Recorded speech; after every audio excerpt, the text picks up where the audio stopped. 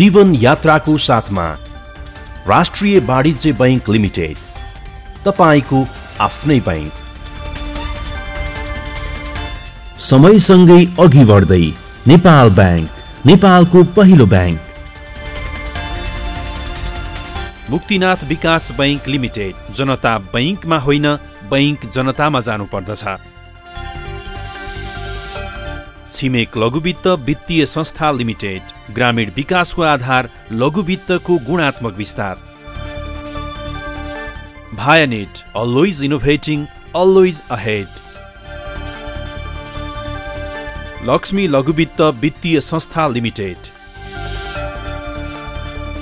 एलआरआई school, lead the world LRI way, Kalanki स्थान Kathmandu. Community partner Nepali Patro.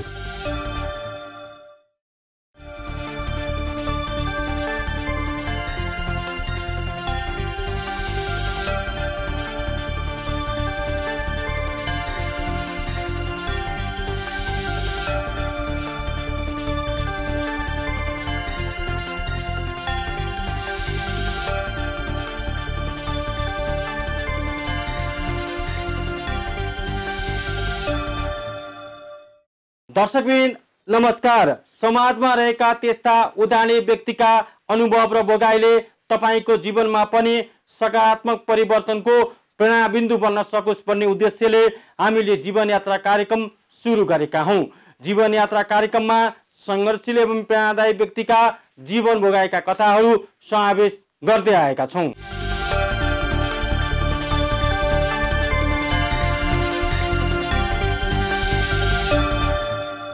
दर्शकबिन, राजनीति सुदृढीकरणका लागि राजनीतिमा आबद्ध हुनेहरू देशप्रति इमानदार र वफादार हुन जरुरी छ।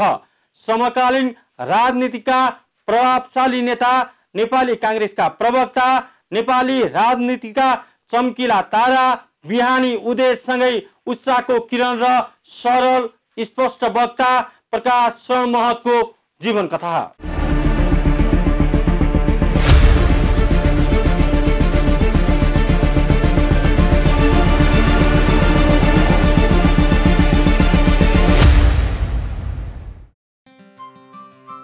समकालीन राजनीतिका प्रभावशाली नेता, नेपाली कांग्रेसका प्रवक्ता, नेपाली राजनीतिका चम्किला तारा, बिहानी उदयसँगै उषाको किरण, सरल र स्पष्ट प्रकाश, डाक्टर प्रकाश शरण महत। जीवनका अनेकन आरोह अवरोहसँग जुझ्दै गाउँबेसी र मेलापातमा आमा बुबालाई सघाउँदै अति सहजताका बीचमा अध्ययन गरेका, जीवन बुझेका, समस्यासँग जुधेका डाक्टर महत नेपाल सरकारको 2079 चैत्र 17 देखि अर्थमन्त्री हुनुहुन्छ। नेपालको बदलिँदो राजनीतिक परिवेश र वर्तमान राजनीति एवं आर्थिक गतिविधिमा देखिएको तरलताका बीच अर्थमन्त्रीको जिम्मेवारी सम्हाल्नु आफैमा चुनौतीपूर्ण छ। हरेक चुनौतीलाई सकारात्मक अवसरमा बदल्न सक्ने क्षमता भएका महत आफैमा सङ्घर्ष, प्रगति र दृढताका प्रतीक हुनुहुन्छ। बेसीको खेतमा पानी पटाउँदा होस् वा बेलुका साँझमा लेकको घरमा थकान बिर्साउन चुस्केरा हाल्दै गरेको अवस्था, जुनसुकै बेला पनि आफ्नो अध्ययन र जीवनका बारेमा सचेत महत नेपाली समाज र ग्रामीण भेगमा सम्भावनै छैन, ठुला स्कुल नपढे, सहरी स्कुलमा भर्ना नभए जीवन बर्बाद हुन्छ, प्रगति गर्न सकिँदैन भन्नेहरूका लागि एक गतिलो उदाहरण हुनुहुन्छ। कृषिको परिवेश, खेतीबारी, गाउँ बेसी, बेसीमा खेत, गाउँमा घरबारी, गाउँबाट घरबाट बिहान बेसी जाने, त्यहाँ खेतमा काम गर्ने, जुन बेला हाम्रो कृषिको यो धान रोप्ने समय आउँथ्यो, त्यसको लागि तयारी गर्नुपर्ने हुन्थ्यो, पानी लाउनु पर्ने हुन्थ्यो। म खास गरी यो पानी लाउने जिम्मा सानो केटाकेटी नै मेरो हुन्थ्यो।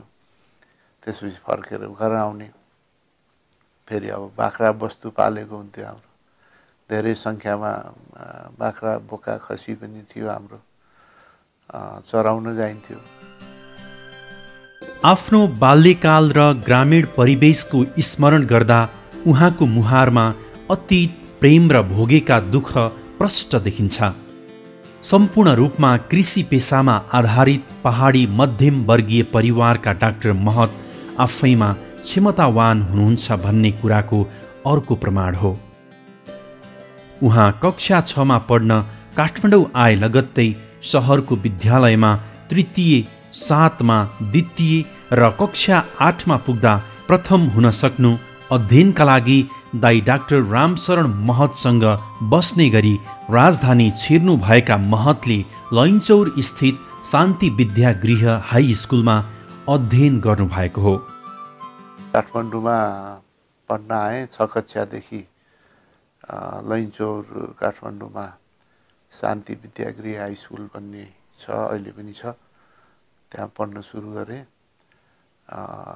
मेरो दाई उहाँ त्यस बेलामा MA पढ्दै हुनुहुन्थ्यो अनि उहाँसँगै बसेर यहाँ मैले पढाइलाई अगाडि बढाएँ।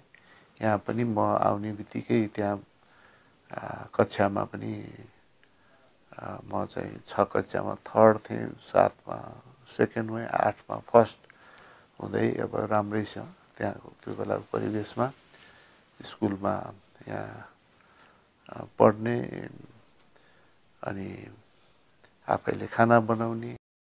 आफ्नो काम आफै गर्दै जीवन भोगाएका मोडहरू सम्झिँदा बाल्यावस्थामा घर छेउमा कुनै विद्यालय नभएको, पढ्नकै निम्ति छिमेकी गाउँ आफन्तकोमा गएको, पढ्ने हर प्रयास गर्दा पनि उपलब्धि हुन नसकेको, 1.5 वर्षको छिमेकी गाउँको बसाइ सकेर आफ्नै गाउँ उकाली ओरालीमा रम्दै जम्दै बसेको, बाल सखाहरूको बीचमा अब्बल बन्ने गरेको, गाउँमा बल्ल बल्ल एक शिक्षकको दरबन्दी आएको तर विद्यालय नभएको, घरमाथिकै चौतारीमा उक्त शिक्षकसँग पढेको, पछि गाउँलेहरू मिलेर एक कोठे ढुङ्गा माटोले बनाएको विद्यालयमा कक्षा 5 सम्म अध्ययन गरेको, तत्कालीन समयमा हाई स्कुल गाउँमा नभएको, एकमात्र मावि स्कुल त्रिशुलीमा भएको, अप्ठ्यारोसँग जुझ्दै अगाडि बढेको, आफ्नै जीवन र अहिलेको नेपालको परिवेशसम्म आइपुग्दा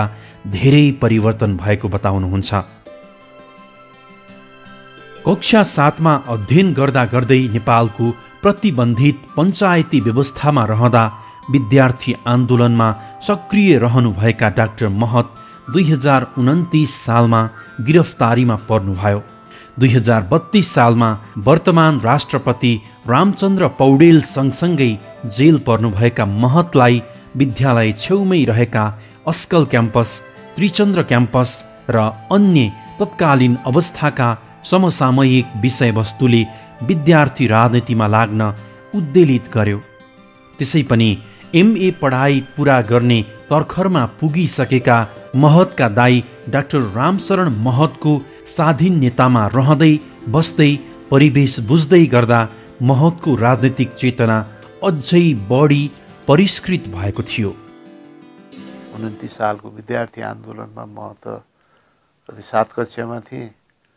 अब कलेजहरूमा एउटा हडताल जुलुस, यो नजिकैको अमृत कलेज, यता चाहिँ सरस्वती कलेज, त्यसको प्रभाव स्कुलमा पनि पर्यो। स्कुलमा पनि मैले नेतृत्व गरेँ त्यो 29 सालको आन्दोलनमा।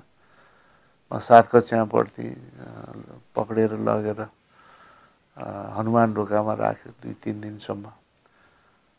त्यहाँ अधिकांश चाहिँ कलेजको नेताहरू थिए, म मात्रै त्यहाँ चाहिँ स्कुलको 7 कक्षा विद्यार्थी थिएँ।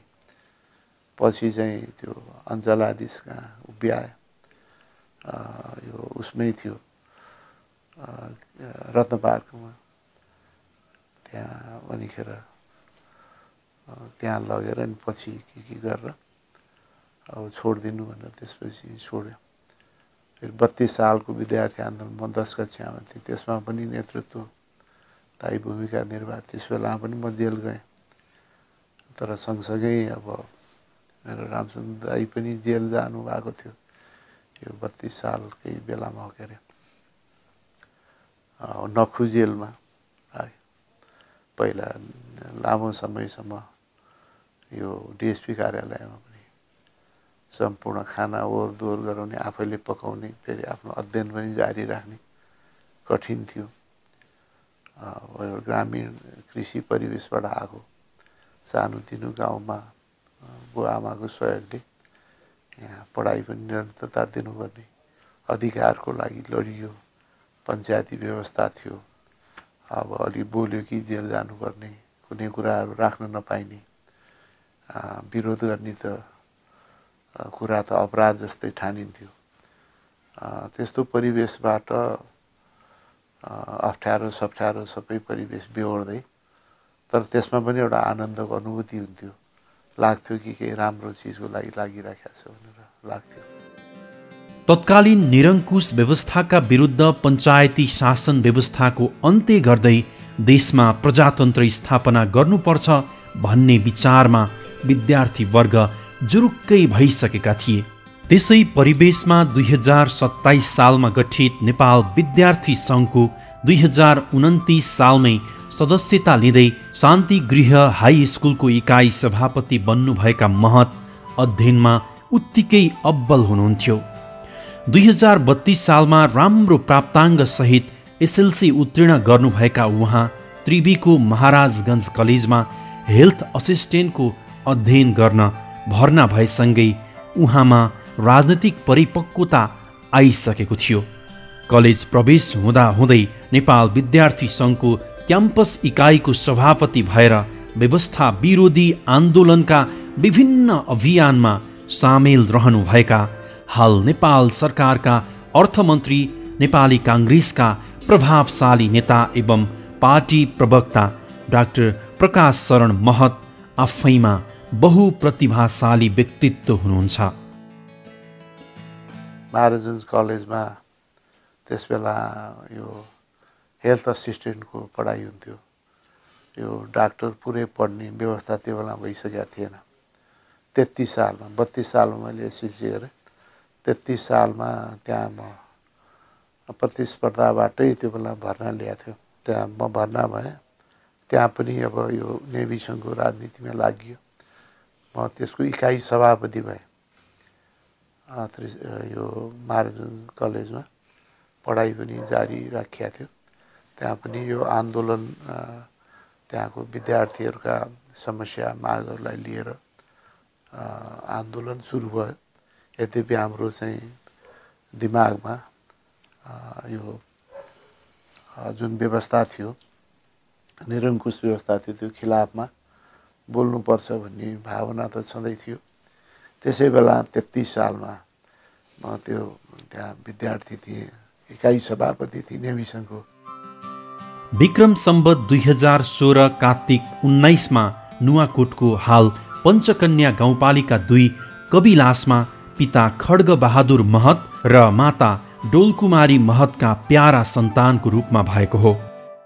सानो छँदै तेज दिमाग भएका महतले अध्ययनमा कहिल्यै असफलता बेहोर्नु परेन। यद्यपि भौगोलिक परिवेश र देशको अवस्थाले पार्ने नकारात्मक प्रभाव उहाँको जीवनमा नपरेको भने होइन। विद्यालय जीवनदेखि नै आफूलाई प्रजातन्त्रको पक्षमा उभ्याउँदै यसैको पक्षमा बहस पैरवी र सङ्गठन गर्ने कार्य तत्कालीन व्यवस्थालाई मन परिरहेको थिएन। 2033 सालमा जननायक बीपी कोइराला मेलमिलापको नीति लिएर नेपाल फर्किने क्रममा त्रिभुवन विमानस्थलसम्म कलेजै बन्द गरेर विद्यार्थी सहित पुग्नुभएका डाक्टर महतले बीपीको स्वागत गर्न पाउनु भएन। उल्टै तत्कालीन पञ्चायती विद्यार्थी पक्षधर मण्डलको समूहबाट निर्घात कुटपिटको शिकार हुनुभयो।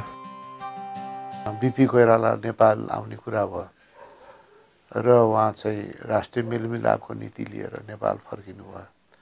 हामी सम्पूर्ण कलेज बन्द गरेर हामी एयरपोर्ट पुग्यौँ स्वागत गर्न त पाइएन। भित्रैबाट उहाँलाई जेल लग्यो। तर त्यहाँ हामीले यो मण्डली भन्थे त्यस बेलामा पञ्चायत समर्थकहरूको राष्ट्रियवादी विद्यार्थी मण्डल उनका समर्थकहरूले त्यहाँ चेन छुरी त्यस्तो चाहिँ प्रहार गरे, घाइते पनि बनाए। त्यो परिवेश थियो त्यस बेलामा। दिनहरू बित्दै जाँदा बिपी कोइरालासँगको सामिप्यता, निरन्तरको भेटघाट र समाजवादी मार्गदर्शनले अझै बढी निखारिने अवसर पाउनुभएका डाक्टर महतले अध्ययनलाई समेत निरन्तरता दिँदै हेल्थ असिस्टेन्टसम्मको अध्ययन 2035 सालमा पुरा गर्नुभयो। हेल्थ असिस्टेन्ट पढाइ पुरा गरेका विद्यार्थीले राज्यको सरकारको स्वीकृतिमा डाक्टर पढ्न रसिया लगायत मुलुकमा जान पाउने व्यवस्था थियो। तर महतलाई देशको समसामयिक राजनैतिक अवस्था र परिवेशले गर्दा तत्कालीन व्यवस्था विरोधी अभियान र आन्दोलनले आकर्षित गरेको थियो। यद्यपि पढाइलाई भने त्रिचन्द्र कलेजमा भर्ना गरेर जारी राख्नुभयो। यो 35-36 को विद्यार्थी आन्दोलन भयो। यो विद्यार्थी आन्दोलनको क्रममा म कलेजमै सस्पेन्ड भएमा 6 महिना सस्पेन्ड भयो। त्यसपछि सस्पेन्सन पिरियड सकिएर जाँच दिएर म हेल्थ असिस्टेन्ट चाहिँ म पास भएँ। हेल्थ पोस्ट इन्चार्ज हुने चाहिँ योग्यता मेरो भयो। तर फेरि त्यो 35-36 को विद्यार्थी आन्दोलनमा लाग्यो, जेल गइयो, सेन्ट्रल जेलमा थियौँ। पछि आन्दोलन सफल भयो, मागहरू पुरा भयो। त्यस बेलामा डक्टर पढ्नको लागि विदेशमा मात्रै थियो। त्यसको लागि केही समय काम गर्नु पर्थ्यो। अनिखेर त्यो विदेशमा जान, रसिया अन्य ठाउँमा जान त्यो अवसर मिल्न सक्थ्यो। तर त्यो बाटो नै अब त्यतातिर लागिएन। त्यसपछि मैले त्रिचन्द्र कलेज जोइन गरेँ। त्यो डक्टर पढ्ने बाटो छोडेँ र त्यहाँबाट आफू क्रियाशील हुँदै गयो। विक्रम सम्वत 2035 सालमा बिपी जेलमुक्त भए लगत्तै विद्यार्थी आन्दोलन अझै चर्किँदै थियो।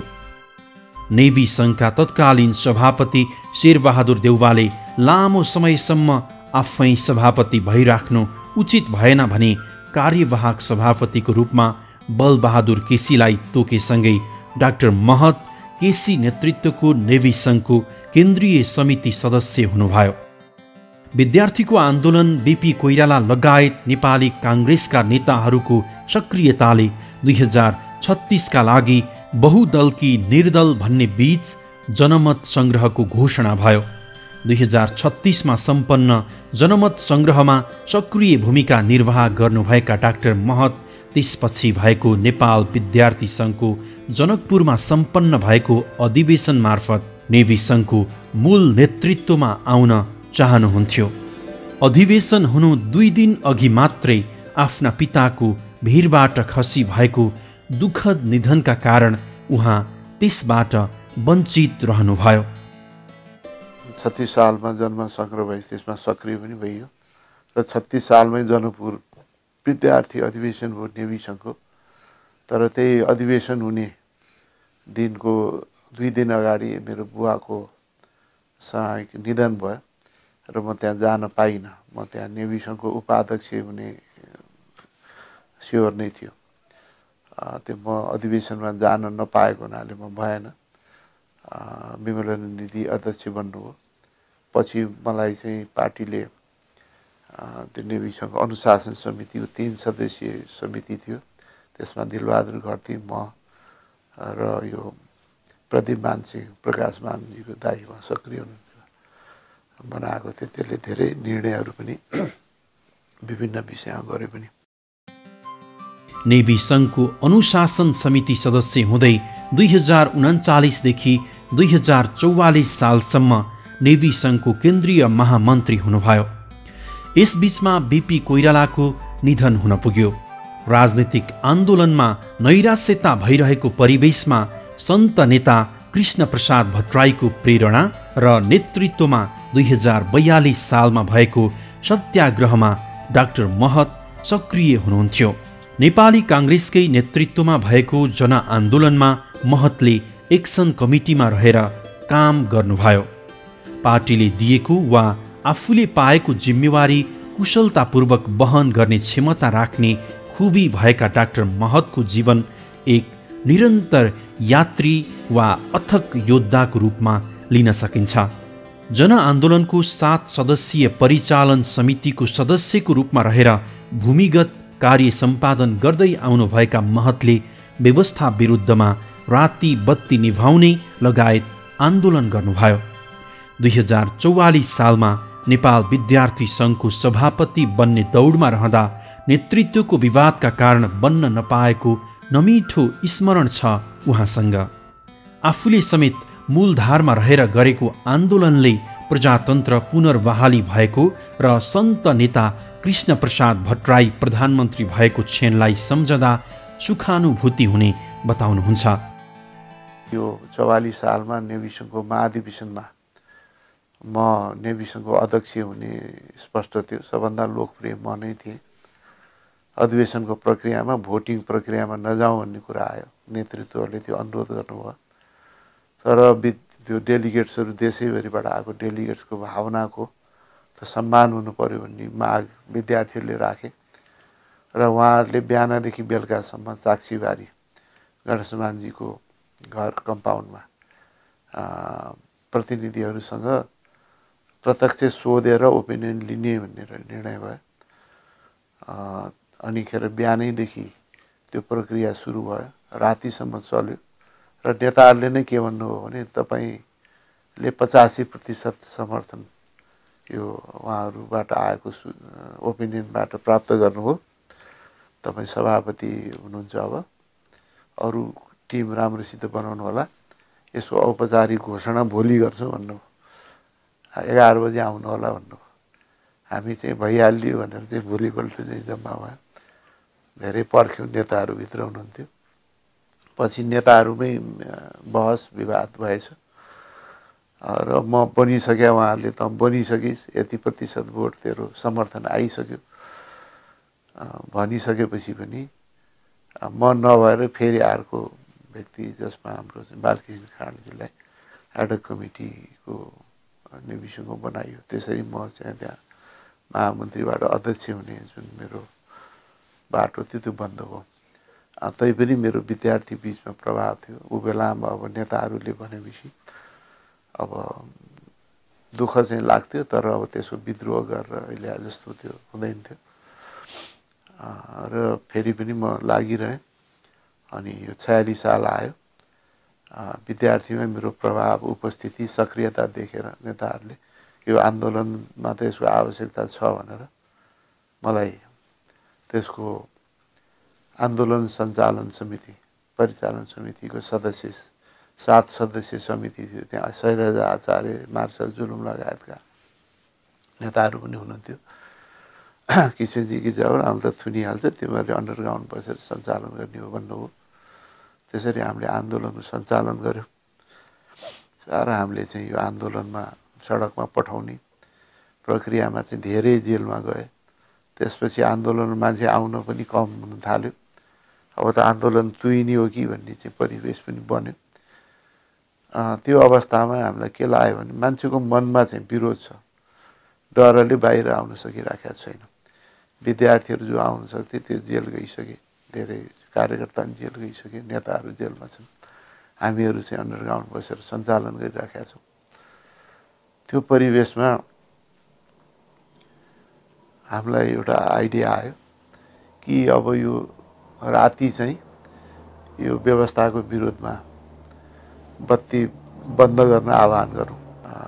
पहिला कति 15 मिनटको कति हामीले गरेका थियौँ। एकदम चाहिँ त्यो सफल भयो। सब बत्ती बन्द गरे। त्यो बत्ती बन्द गरेको मौकामा मान्छेहरू चाहिँ सडकमा निस्के, अँध्यारोमा त कसैले देख्दैन।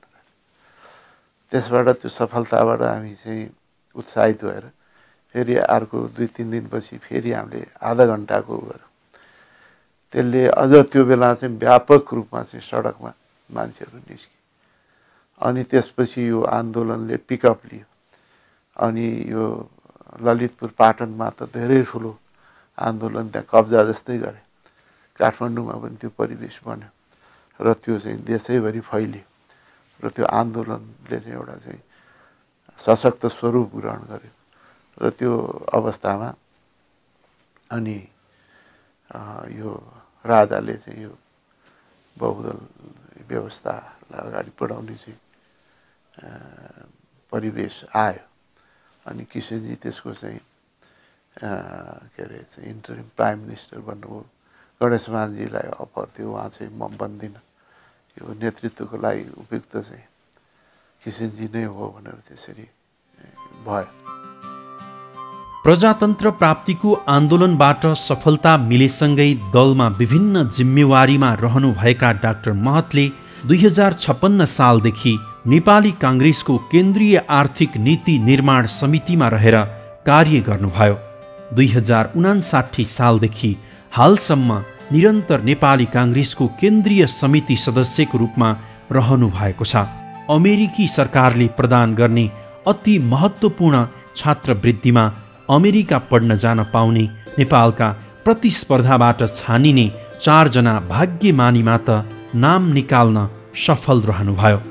तर व्यवस्था विरुद्धमा लागेको भनेर तत्कालीन व्यवस्थाले पासपोर्ट नदिएपछि अधुरै रहेको यात्रा 2046 पछिको प्रजातन्त्र पुनर्स्थापनापछि सम्भव भयो। महामन्त्री नेविसँग भएर काम गरिरहँदै पनि पढाइ पनि राम्रैसँग लगाएको थिएँ।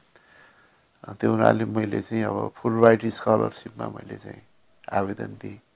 अमेरिकी सरकारको यो चाहिँ प्रतिस्पर्धाबाट अमेरिकामा पढ्न जाने, मास्टर्स पढ्न जाने प्रतिस्पर्धाबाट त्यो हुन्थ्यो। विभिन्न फिल्डबाट इन्जिनियरिङदेखि लिएर यो अर्थ, यो के अरे इकोनोमिक्स, पोलिटिकल साइन्स सबै क्षेत्रबाट प्रतिस्पर्धा गर्न पाइन्थ्यो। 4 जना चुज गर्थ्यो। त्यो प्रतिस्पर्धामा म चुज भएँ, म छानिएँ। तर छानिए पनि त्यस बेलामा त त्यो 46 सालको अगाडिको कुरा हो। 46 सालमा जानुपर्ने भदौमा, त्यो अघिल्लो सालमै उनीहरूले चाहिँ त्यो प्रक्रिया अगाडि बढाउँछ। छान्न त छान्ने, तर चाहिँ अब त्यो बेलामा पासपोर्टै पाइँदैन थियो। यो विरोधी यो गतिविधिमा लागेको पञ्चायतको विरोधमा लाग्नेहरूलाई त पासपोर्टै दिँदैन थियो। गाउँदेखि सिफारिस हुनुपर्ने, सिडिओ कार्यालयले पुलिसले सिफारिस गर्नुपर्ने। अब विरोधीमा लागेको छ भने सिफारिस नै हुँदैन थियो। अहिले आज जस्तो कहाँ थियो र। अनि पासपोर्ट पाइएन। पासपोर्ट नपाएपछि जाने चाहिँ बाटो बन्द भयो। तर चाहिँ अब त्यसै बिचमा चाहिँ यो आन्दोलन भयो 46 सालको।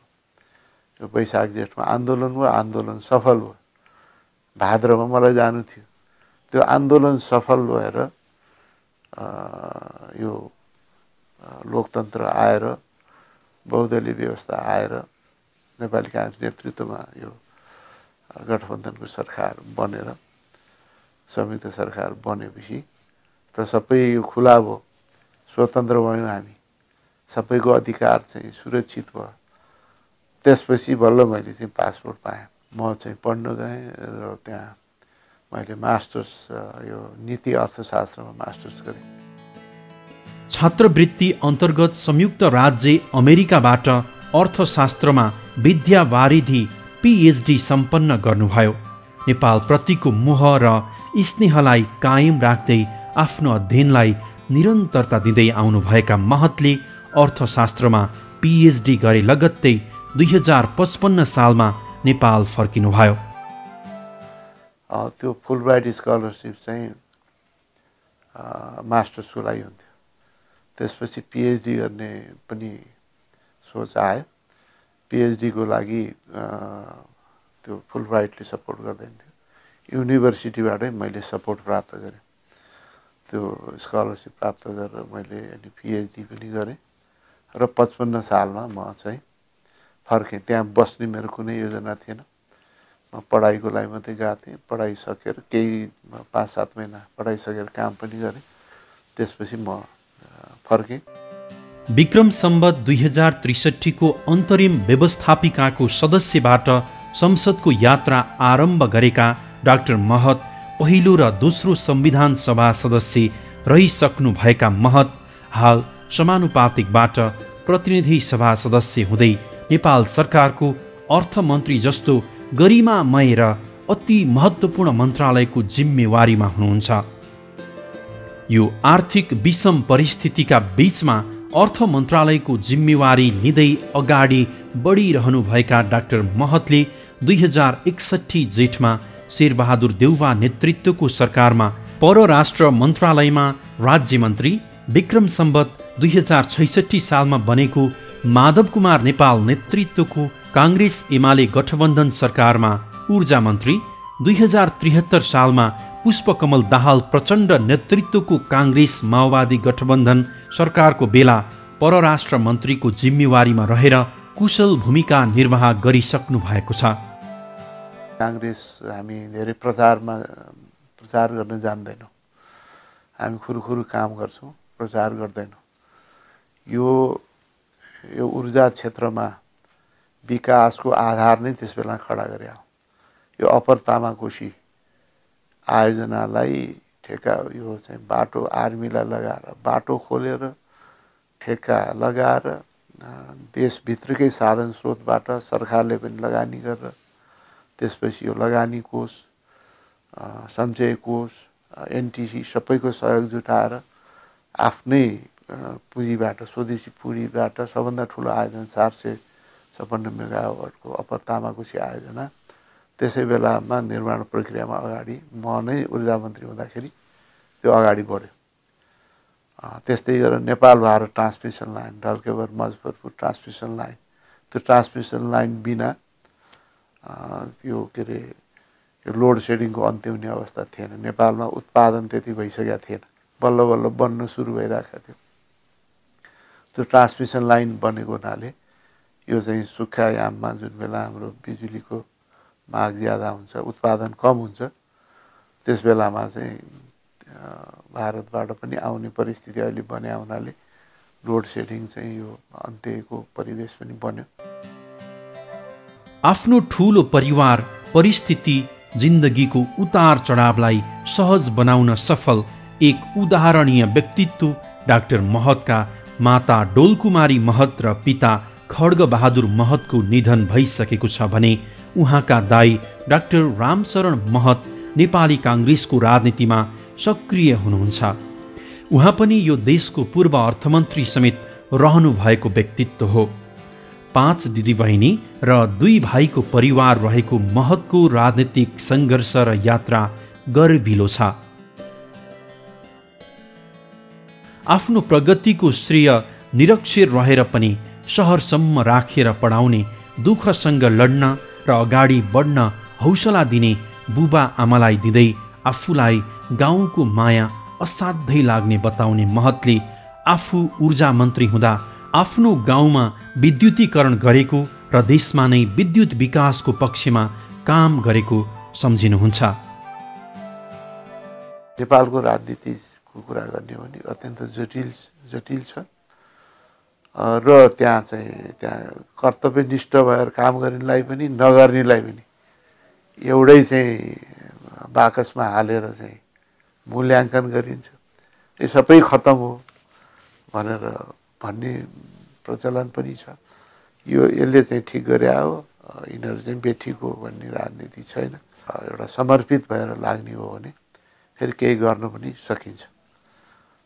धेरै गर्न सकिएला तर गर्न सकिन्छ भन्ने पनि मलाई लाग्छ।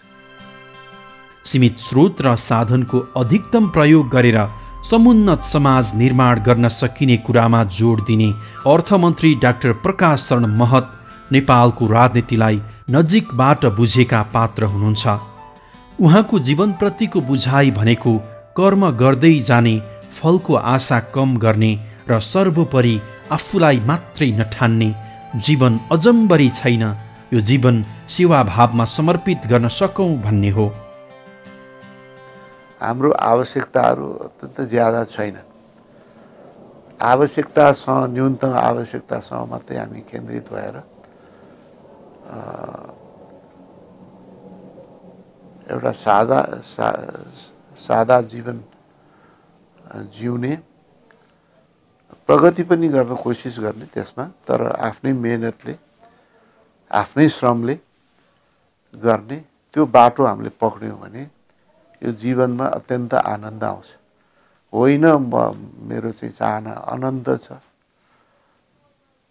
मलाई त यतिले नि पुग्दैन उतिले नि पुग्दैन भने त्यो पाडो पक्रियौँ भने जति भए पनि न हामी खुसी हुन सक्छौँ न हाम्रो जीवन त्यो सहज हुन सक्छ न त्यो किसिमको बाटो चाहिँ त्यो दिगो बाटो हुन सक्छ। त्यसो हुनाले मलाई लाग्दछ काम गर्दै जाने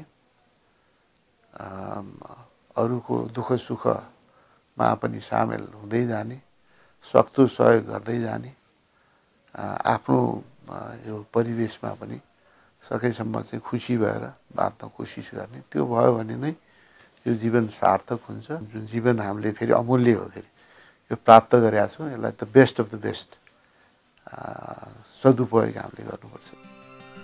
यो पृष्ठभूमि जोडिएका र विभिन्न मन्त्रालयको जिम्मेवारी सम्हालिसकेका अनुभवका बीचमा समस्याग्रस्त आर्थिक स्थितिका बावजुद मुलुकको अर्थ मन्त्रालयको नेतृत्व हाँकिरहँदा उहाँमाझ चुनौतीका चाङ छन्।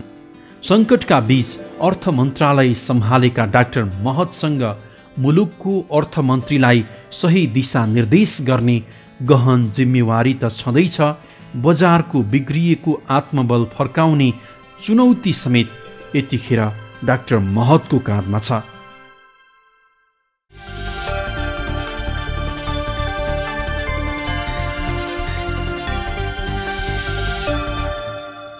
दर्शकबिन प्रकाश शरण महतको बुझाइमा परिश्रम मेहनत र इमान्दारिता नै सफलताको गुरु मन्त्र हो। सफलता रातारात पाउने कुरा होइन, यसका लागि त दीर्घ साधना चाहिन्छ। महत आफैले भोगेको अनुभव हो। अर्को हप्ता एक कर्मयोगी सङ्घर्षशील एवं प्रेरणादायी व्यक्तिका जीवन भोगाइका कथा लिएर आउने नै छौँ। तबसम्मका लागि बिदा दिनुहोस्। हस्त नमस्कार।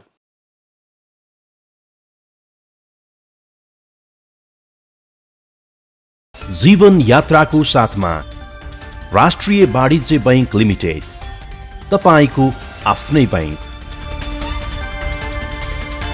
समयसँगै अघि बढ्दै नेपाल बैंक, नेपालको पहिलो बैंक। मुक्तिनाथ विकास बैंक लिमिटेड, जनता बैंकमा होइन बैंक जनतामा जानुपर्दछ।